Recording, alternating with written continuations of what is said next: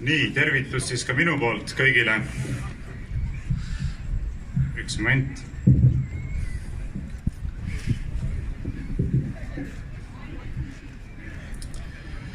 Kõigile kohale tulnutele ja algatuseks tahaksin tänada esiteks neid inimesi, kes on selle meeleavalduse korraldanud. Suur tänu teile. Teatavasti korraldamisega kaasneb ka vastutus, mida need inimesed peavad kandma ja mida me kõik üritame siis võimalikult väärikalt aidata teha. Aitäh!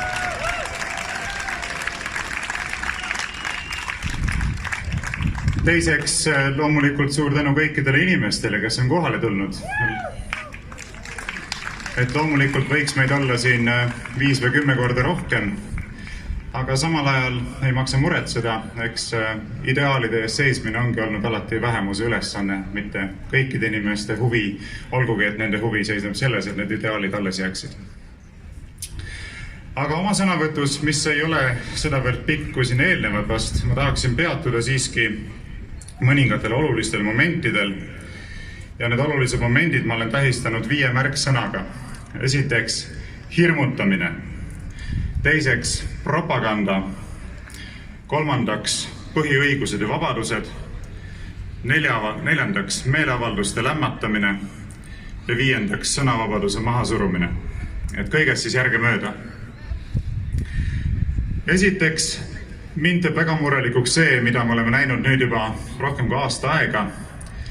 Alguses eriti suure intensiivsusega, aga ka siiamaani kogeme seda. Nimelt seisame silmitsi riikliku hirmutamiskampaaniaga.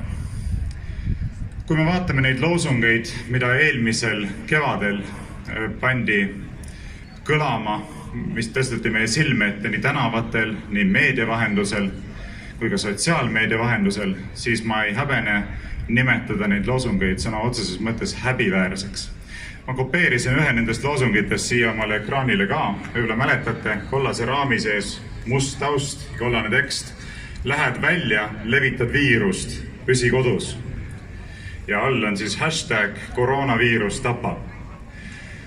Ehk teisisõnu, inimestesse üritati tekitada sellist hirmutunnet, just kui me seisaksime silmitsi mingisuguse ülimalt tõsise ohuga ja need inimesed, kes ei istu vaguralt kodus ja lähevad kas või metsa jalutama või parki või tänavale jalutama või jooksma, on siis kuidagi süüdi selles, et see viirus levib ja et inimesed surevad. Sellist asja nimetatakse psühhoterroriks. Ja normaalses vabas ühiskonnas me ei peaks aktsepteerima seda, et valitsus tegeleb meedia kaasabil ja suhtekorraldusbüroosid kaasates kodanike suhtes psühhoterrori elluviimisega. Psühhoterroril teatavasti on ka reaalsed negatiivsed tagajärjed. Me oleme kuulnud juba palju psühhiaatrite, psühholoogide käest seda, kui palju on kasvanud erinevad psühholoogilised probleemid, ennekõike laste ja noorte seas. Isegi enesetappude arv, nii kurb kui see ka ei ole, noorte seas on kasvanud mitmeid kordi eelmisel aastal. See on fakt. Need on faktid, mida meile iga hommikuselt ei raporteerita Terviseameti poolt, mida meile ei võimendata meedia poolt, aga ometi on need faktid vägagi reaalsed. Vägagi reaalsed on ka need faktid, kuidas inimeste ettevõtted lähevad pankrotti, kuidas inimesed kaotavad oma töökohti, kuidas inimesed ei suuda maksta oma laene, kuidas inimesed ei suuda enam seetõttu alles hoida oma kodusid, kuidas selle tõttu tekivad perekondlikud probleemid, lagunevad abielud, kooselud. Need on reaalsed kahjud, millest meil ei räägita, aga ometi need avaldavad ka väga suurt mõju inimeste psühholoogilisele ja sotsiaalsele heaolule. See pilt, mis meile on maalitud, ütleb ju väga selgelt, et koroonaviiruse näol on tegemist mingisuguse erakordselt suure ohuga, millest me ei ole aastakümnete näol näinud siin ühiskonnas. Ometi, kui me vaatame reaalsetele numbritele, kui me vaatame statistikale, siis see pilt, mis meile vastu vaatab, räägib midagi sootuks muud. Ilmselt väga paljud teavad, mitu inimest eelmisel aastal suri koroonaviiruse tingitud SARS või selle COVID-19 haiguse tagajärjel. See number oli 201. 201 inimest. Aga mis te arvate, kui palju inimesi suri samal aastal südame-veresoonkonna haiguste kätte? Neid inimesi oli Statistikaameti andmetel 7687. 7687. Nii. See teeb siis rohkem kui 40 korda või ligi 40 korda rohkem, jah. Ometi meil iga hommik ei räägita sellest nii meedia vahendusel, nii Terviseameti poolt, kui palju inimesi sureb näiteks infarkti tagajärjel. Ei räägita pidevalt sellest, kui suureks probleemiks on ülekaalulisus. Ei räägita sellest, kui suureks probleemiks on liiga kõrge kolesterooli tase. Kui suureks probleemiks on see, et inimesed ei liigu piisavalt palju. Kui suureks probleemiks on see, et süüakse rämpstoitu ja juuakse neid igasuguseid poolenisti suhkrust koosnevaid gaseeritud jooke. Mitte midagi ei ole. Olgugi kogu sellest käitumisest tingitud probleemide tõttu sureb ligi 40 korda rohkem inimesi kui koroonaviirusest tingitud haiguste tõttu. Selline olukord ei ole mõistuspärane. Järelikult me seisame silmitsi olukorraga, kus meid on allutatud mõistuse vastasele psühholoogilisele töötlemisele. Ja küsimus ei ole muidugi ainult südame-veresoonkonna haigustes, me võime vaadata ka näiteks kasvajatest tingitud surmi. Ma ei jõudnud välja otsida täpselt numbrit, aga mäletamist mööda. See võib natuke eksida, aga suurusjärk on õige. Oli 3500, ja Tarvo kõrvalt ütleb 3600 midagi. 3500 surma kasvajate kätte. Ometi me ei näe, et valitsus rakendaks samasuguseid meetmeid, sama intensiivsusega meetmeid selleks, et lõpetada näiteks põldude mürgitamine, mis on ilmselgelt seotud kasvajate tekkega. Massiivselt ja laiaulatuslikult mürgitatakse põlde, kus kasvatatakse neid toitaineid, mida me siis igapäevaselt endale suus sisse ajame. Mitte midagi, kõik on hästi, kedagi ei hooli, kedagi ei huvita see võimutasandil vähegi võrreldaval määral. Järelikult see mure inimelude pärast, mida me näeme koroona kontekstis, on totaalselt silmakirjalik. Rääkimata abortidest, mida on Eestis igal aastal üle 3000, täiesti süütud inimesed hukatakse ilma igasuguse põhjuseta. Nad ei ole isegi haiguse tagajärjel surnud, valitsus rahastab seda riiklikult, mingit muret inimelude pärast ei ole. Nii et siin koroona kontekstis need pisarad inimelude pärast on sellised krokodillipisarad, mida on raske uskuda. Nii, läheme teise küsimuse juurde. Veel ühe asja mainin ära seonduvalt eelmise asjaga. John Ioannidis, Stanfordi ülikooli professor, juhtis ühe uuringugrupi tööd, mille tulemused hiljuti avalikustati ka sellises väga juhtivas meditsiiniajakirjas, mis kannab nime European Journal of Clinical Investigation. Ja selle uuringu tulemuste kohaselt on koroonaviirusesse nakatunud, selle haiguse läbipõdenud antikehade testidele tuginedes juba rohkem kui 2 miljardit inimest maailmas. Või vabandust, 1,5 kuni 2 miljardit inimest. Ja selle pinnalt võib öelda, et suremus on circa 0,15%. Nii, 0,15%.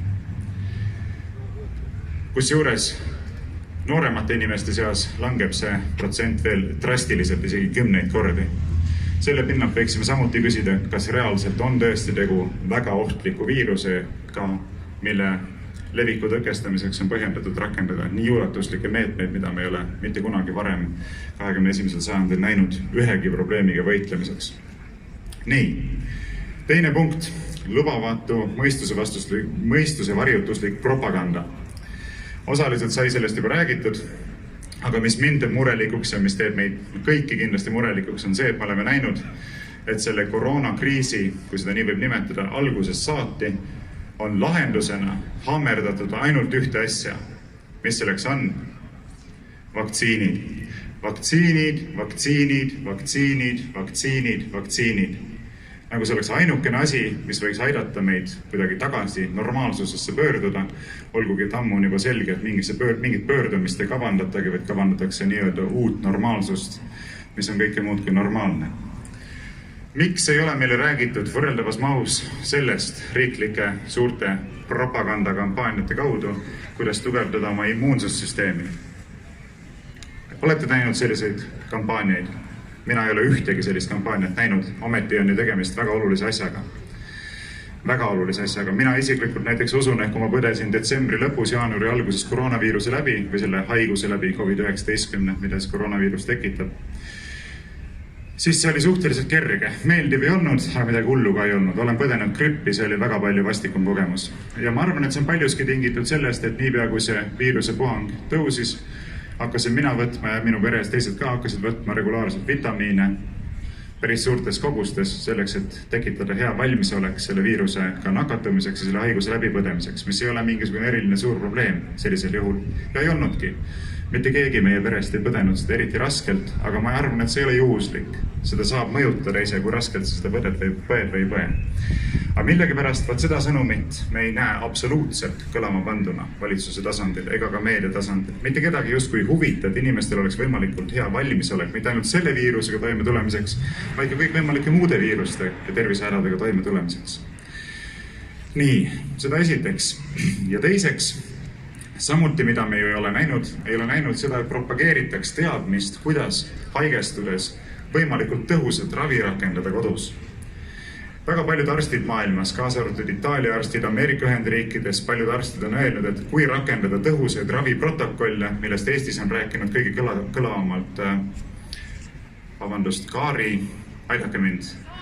Kaari Saarma täpselt, kui rakendada tõhusaid raviprotokolle, siis ei ole tegemist üldsegi raskelt ravitava haigusega. See möödub üsna kergelt, aga oluline on rakendada ravi varakult ja rakendada õiget ravi. Nii. Kui nüüd tõesti hoolitakse inimeste eludest, kas siis antakse sellist sõnumit, et lihtsalt jälgige ennast kodus, möödke temperatuuri, lamage, puhake ja kui tekivad suured probleemid, et siis kutsuge kiirabi ja laske ennast haiglasse viia. See on täielik absurd. Paljud arstid ütlevad maailmas tõepoolest just nimelt ei tohi oodata haigestumise korral seda, et sa jõuad haiglasse, sest siis on tegemist tõesti raske olukorraga, võib olla tegemist raske olukorraga. Seda tuleb vältida iga ennast, tuleb kohe hakata tõhusat ravi rakendama. Samal ajal massimeedia tasemel ega ka riiklike ametitkondade tasandil mitte keegi sellest ei räägi. Mitte kedagi ei huvita tegelikult see, et inimesed oskaksid valmistuda ja oskaksid ennast tõhusalt ravida. Ja see näitab, et jällegi, et see mure inimelude pärast on silmakirjalik. Pigem on mure selle pärast, et võimalikult paljud inimesed saaks allutatud sellele vaktsineerimisele ja sellise poliitilise ideoloogilise programmi elluviimisele. Nüüd edasi. Kolmandaks, põhiõiguste ja vabaduste äravõtmine mängleva kergusega on asi, mida me oleme näinud viimase aasta jooksul vägagi muret tekitavas mastaabis. Oleme näinud seda, kuidas kehtestatakse mängleva kergusega täiesti absurdseid mõistusevastaseid piiranguid, millel puudub igasugune faktiline ja teaduslik alus, igasugune põhjendatus. Nimetagem siin mõnda, alustagem kõige absurdsemast üldse, milleks on ilmselgelt välitingimustes 2+2 reegel. See on mõistusevastane piirang, mida ei pea ükski terve mõistusega kodanik järgima. Olete nõus?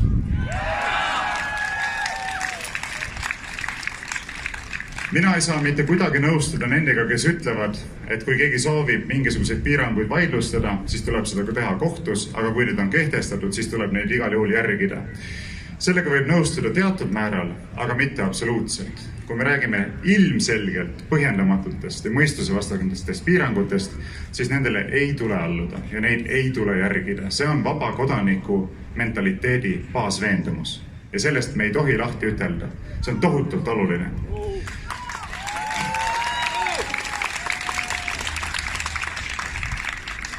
Et samamoodi, kui meile üteldakse, et ma ei tea, need, kes on meie seast vene rahvusest osaliselt, peavad kandma mingit valget linti ümber käe ja ei tohi kõndida kõnniteedel, vaid kõndima kuskil tänava keskel, siis sellisele korraldusele ei tule alluda lihtsalt. Ei tule alluda. See ei ole õiguspärane korraldus, see ei ole mõistuspärane korraldus ja seda ei pea täitma.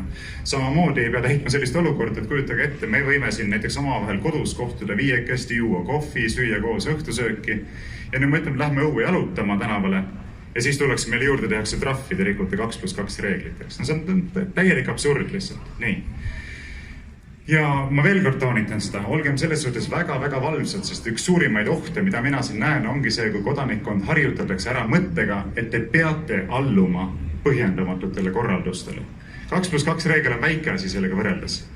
Kui me harjume ära selle mentaliteediga, sest siis on juba küsimus ainult sellest, kui palju reegleid ja millises koguses neile peale anda, sest nad juba on aktsepteerinud selle mõtteviisi, et nad peavad alluma nii või teisiti. Ei pea.